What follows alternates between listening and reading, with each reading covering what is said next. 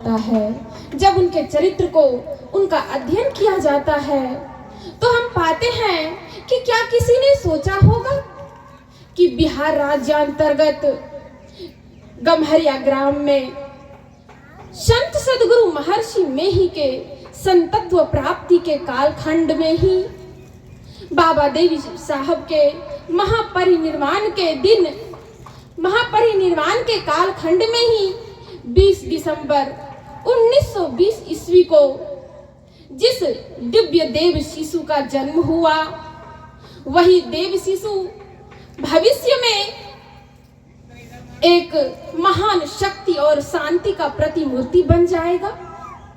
क्या किसी ने अनुमान किया होगा कि श्री बलदेव लाल दास और श्री राधा देवी की कनिष्ठ संतान जो दिव्य देवी शिशु का अवतार हुआ है, जिनका अवतीर्ण इस धराधाम पर हुआ है, वही दिव्य शिशु अनेकों असंख्य नर नारियों के प्राण में सत्य और शांति के प्रति शाश्वत जिज्ञासा को जागृत करने वाला बालक राधा देवी के कोख से अवतीर्ण होगा। बालक महावीर बाल्यकाल से ही उनमें महानता के लक्षण दिखाई पड़ते थे।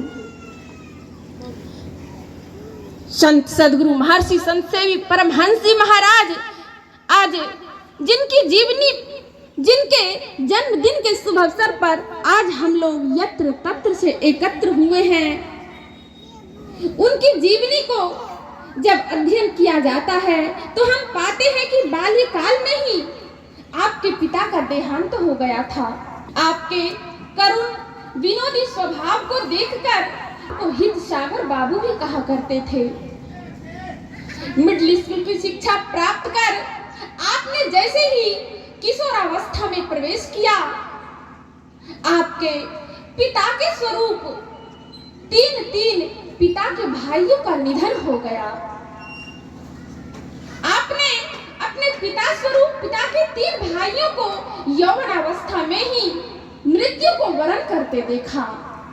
अपने प्रियजनों के असामयिक निधन ने आपके अंदर में वैराग्य को उत्पन्न किया। अपने प्रियजनों के निधन को देखकर आपके अंतर्मन में इस संसार की क्षणभंगुरता, जीवन की निस्सारता का बोध हो गया।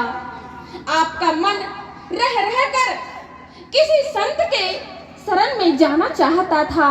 रह कर आपका मन वैरागी हो उठता था और आप परिवार के ममत्व को त्याग कर, ममता मोह को त्याग कर किसी संत के शरण में जाना चाहते थे।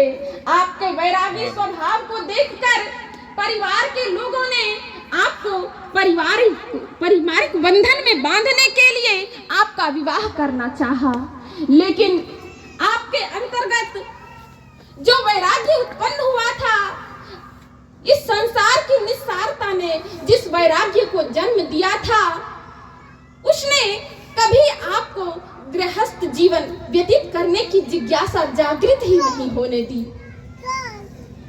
आपने स्कूली शिक्षा को तिलांजलि दे दी। आपका मन विद्या धन सांसारिक इस पुस्तकी विद्या को ग्रहण करने में मन नहीं लगने लगा और आपने हमेशा के लिए स्कूली शिक्षा का परित्याग कर दिया। संयोगवश होता क्या है, 1939 ईस्वी को कनखुदिया ग्राम में संत सदगुरु महर्षि मेही का आगमन होता है।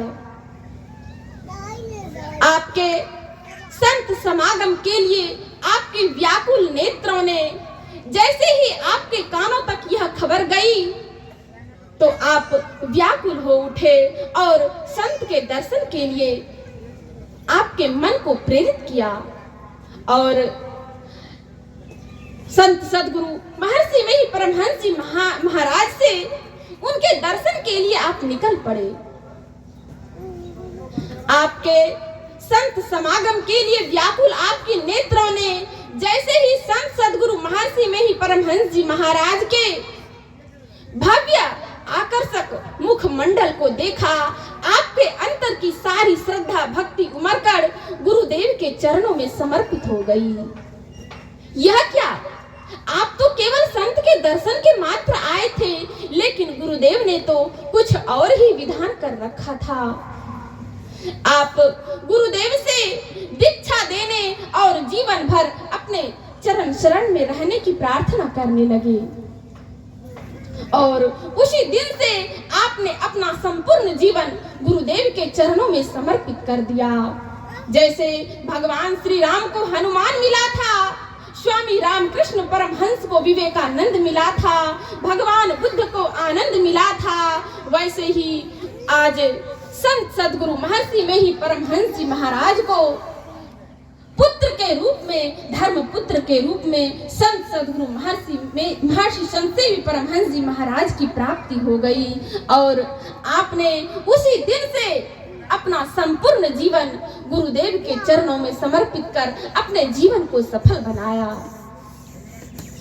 कहते हैं राम को मिले हनुमत, विवेकानंद राम कृष्ण को सदगुरु में ही ने पाया, संत महावीर संत सेवी को आओ कर संतों की गुणगान, आओ कर संतों की गुणगान। बिहार के गमहरिया ग्राम में जन्म लिए हैं भगवान, आओ कर संतों का गुणगान, आओ कर संतों का गुणगान। आज ऐसे महान संतों के जन्मदिन में अपने जीवन को, अपने अनमोल जीवन को समर्पित कर, अपने अनमोल समय को दान कर हम अपने समय को अनमोल बनाए। बोलिए प्रेम से श्री सद्गुरु महाराज की जय।